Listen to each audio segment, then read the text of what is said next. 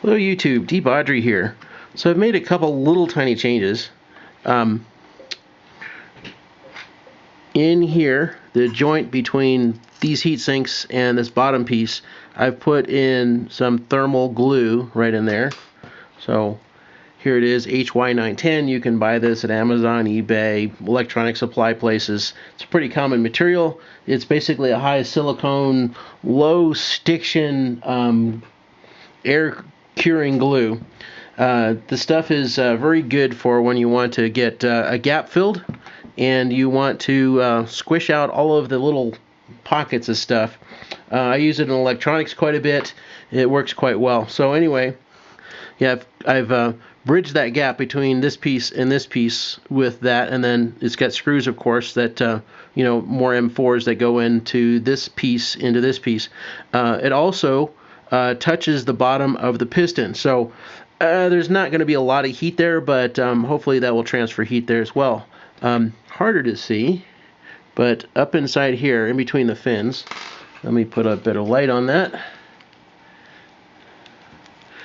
There we go. So I have put thermal gap filler in there. So the tops of the fins to the head now have an actual path. Before there was a gap in there, and hopefully that thermal gap filler will transfer a little bit of heat from the head down to the fins, because the fins aren't doing anything, or weren't. Now they can actually possibly do some good, but we'll see. Now I'll put this thing back together again. I'm gonna let it sit for a while so that the thermal glue can get some cure time into it, but otherwise it's ready to do another test and see if the fins actually pull some heat away from the head or not.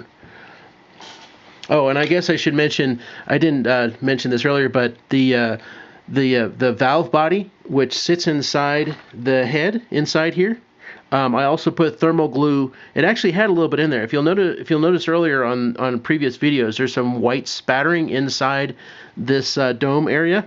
That's thermal glue inside there. They did actually put a little bit between the valve body and the head. They just didn't put enough in there, so I put enough in there so that the two of them would actually mate up pretty decently. But anyway, that's in there too. So what should happen now is this is probably still going to be a hot spot, because that's where the compression happens, is right up inside there. That's where all the hot air develops.